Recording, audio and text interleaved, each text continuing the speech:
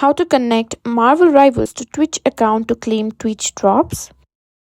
If you're a fan of Marvel Rivals and want to get those awesome Twitch drops, you've come to the right place. In today's video, I'm going to show you how to connect your Marvel Rivals account to your Twitch account so you can start claiming those exclusive rewards. First things first, make sure you both have your Marvel Rivals account and Twitch account ready. If you don't have them, sign up for both.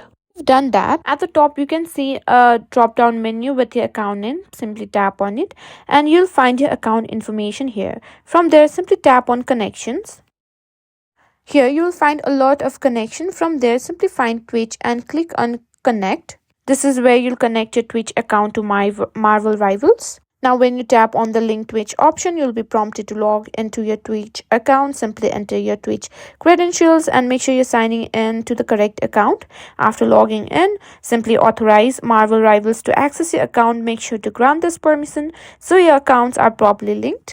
Once the accounts are linked, you can start claiming Twitch drops. Simply head over to any eligible Twitch stream that's broadcasting Marvel Rivals and watch the streams to earn drops.